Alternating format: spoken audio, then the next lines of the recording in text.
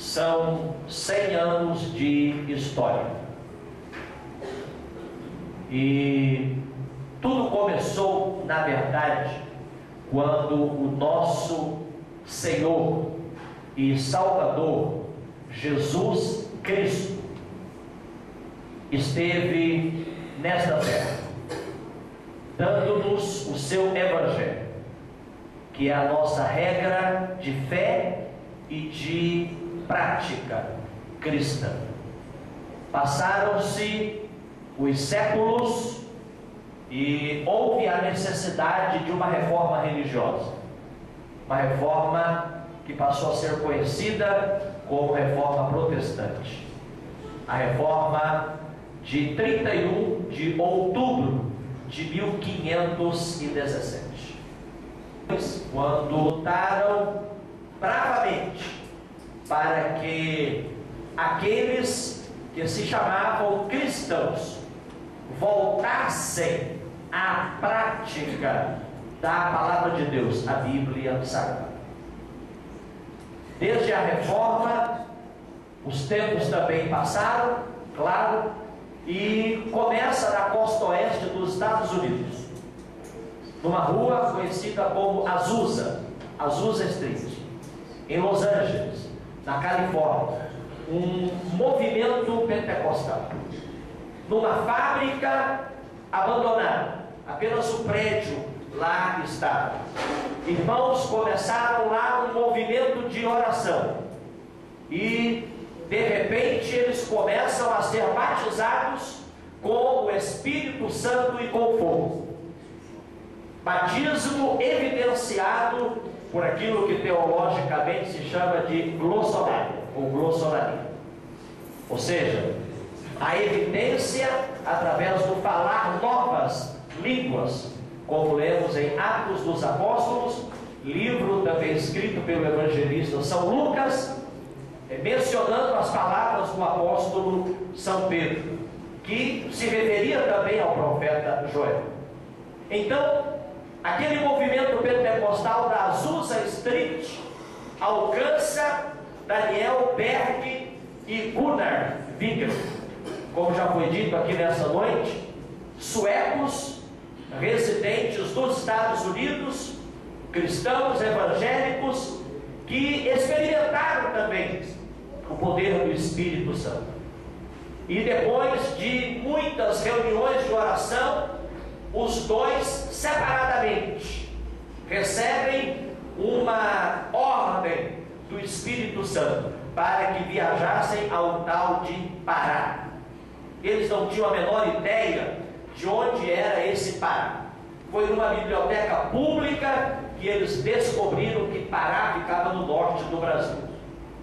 Finalmente, eles chegam ao Brasil. E no dia 18 de junho de 1911, deu-se oficialmente a organização da Assembleia de Deus no Brasil. 100 anos de história.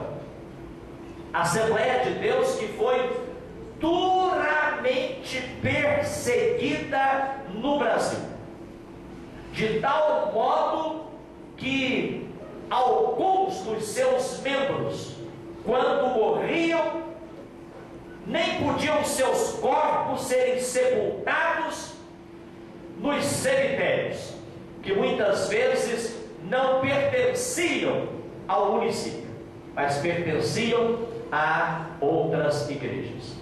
Por isso, muitos dos nossos pioneiros foram sepultados em sopés de montanhas, próximos a estradas, outros sepultados próximos a nascentes de águas, até possivelmente contaminando essas nascentes, mas essa é a verdade. Apesar de tudo isso, de tantas perseguições, a Assembleia de Deus cresceu. E por que cresceu?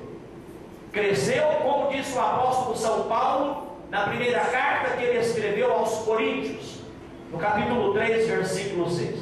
Ele disse: eu plantei, porque fora Paulo o fundador da igreja de Cristo em Corinto, na antiga Grécia.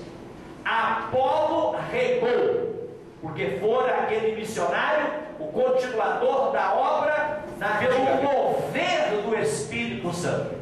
A Assembleia de Deus, ela pode ser resumida, quase que toda a sua história resumida no verbo, o verbo mover.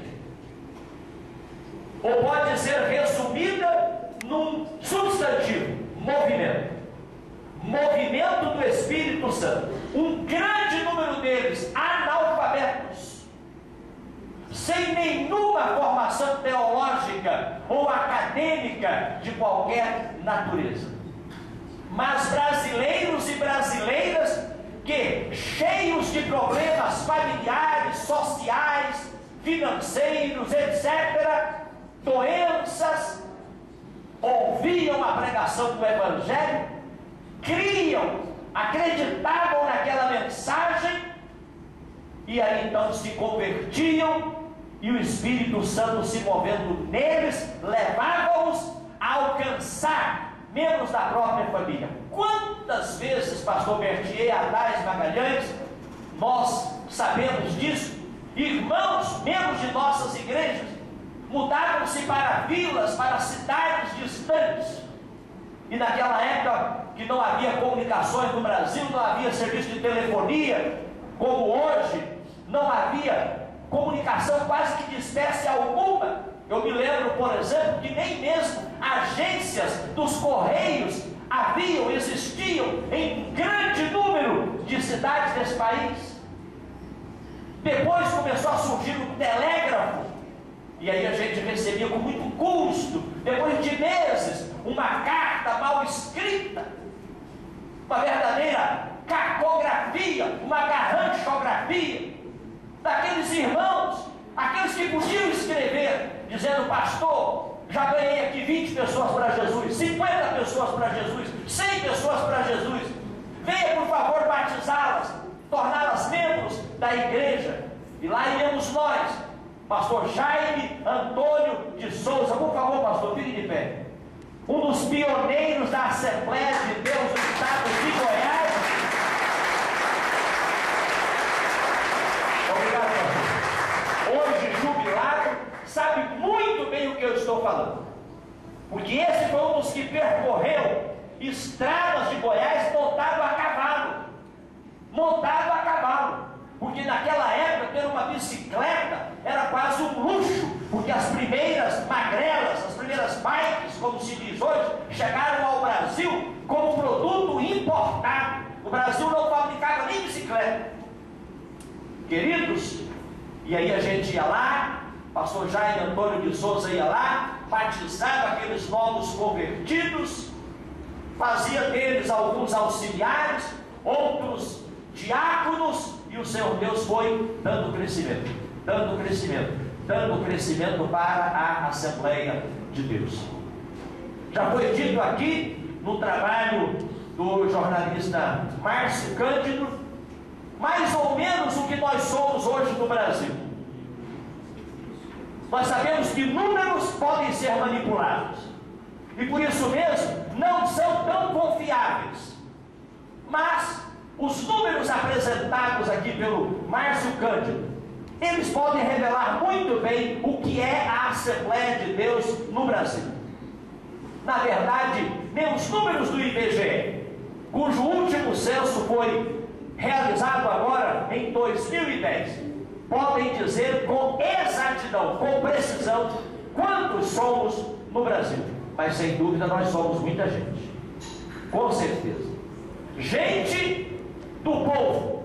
E eu me alegro muito, pela primeira vez na minha vida, nesses quase 63 anos de idade, morando em Anápolis desde 23 de dezembro de 68, me alegro muito de usar pela primeira vez a tribuna aqui na Câmara Municipal de Vereadores de Anápolis, para dizer que a Assembleia de Deus é povo também, e por isso a gente está aqui na casa do povo, uma casa que é nossa. Nossos representantes estão aqui, nossos vereadores estão aqui.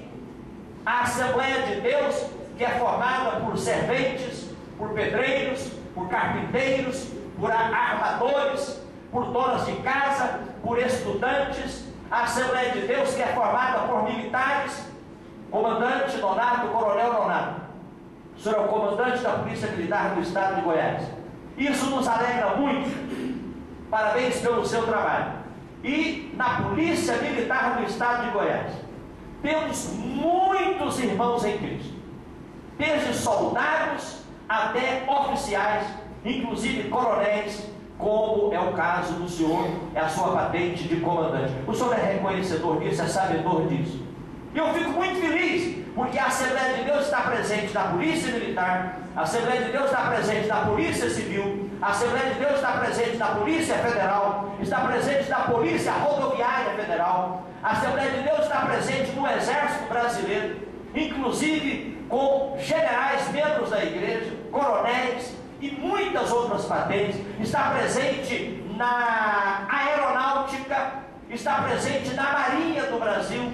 A Assembleia de Deus está presente nas câmaras de vereadores, nas assembleias legislativas dos 27 estados da nossa federação, está presente na Assembleia Distrital em Brasília, está presente na Câmara dos Deputados e no Senado Federal, portanto no Congresso Nacional Brasileiro, onde somos hoje representados por uma bancada evangélica, uma frente parlamentar evangélica, que entre os deputados federais e senadores é constituída de quase 80 parlamentares, e um bom número deles, mais de 30 deputados federais, são membros da Assembleia de Deus nos vários estados da nossa federação. A Assembleia de Deus que está no poder judiciário, inclusive aqui em Anápolis, nos tribunais de justiça dos estados, no Superior Tribunal Federal, e já esteve presente até no Supremo Tribunal Federal. A Assembleia de Deus que está presente no Ministério Público,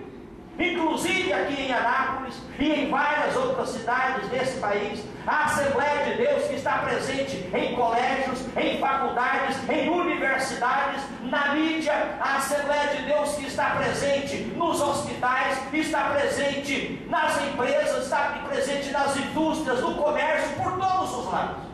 Certa vez eu estava no estado do Pernambuco e conversava com uma pessoa, e a pessoa me perguntou sobre a Assembleia de Deus em Anápolis. Quando eu comecei a relatar para aquela pessoa o que era a Assembleia de Deus em Anápolis, ele disse assim: então quer dizer que se eu me mudar para Anápolis e quiser me relacionar só com gente da Assembleia de Deus, eu posso? Eu disse: olha, se você precisar de um cabeleireiro, você vai encontrar; de um dentista, você vai encontrar; de um médico, você vai encontrar; de um engenheiro, você vai encontrar; um advogado, você vai encontrar. Entendeu? E eu fui falando para aquela pessoa. Finalizando, ele disse assim: que a gente melhor do que morar em Anápolis é só morar no céu. Porque Anápolis é tão bom que melhor do que Anápolis só no céu. Eu disse: olha, bem-vindo a Anápolis, realmente é uma cidade abençoadíssima por Deus, e a nossa igreja Assembleia de Deus está presente em Anápolis. E a mídia, a imprensa tem registrado isso. Eu fico feliz que nesta noite parte da imprensa napolina está aqui, uma boa parte já esteve aqui no início dos trabalhos dessa noite, e eu me alegro muito de ser pastor da Assembleia de Deus. Eu era com a minha família, católico, apostólico, romano, tinha 6 anos de idade, nasci em Goianésia no dia 31 de março de 49, e aos 6 anos de idade nos tornamos membros da Assembleia de Deus, da Avenida Goiás, número 309, hoje igreja dirigida pelo pastor José Silva, Assembleia de Deus do Ministério de Madureira. Portanto, eu estou há muito tempo na Assembleia de Deus, desde os 6 anos de idade até agora os meus quase 63 anos.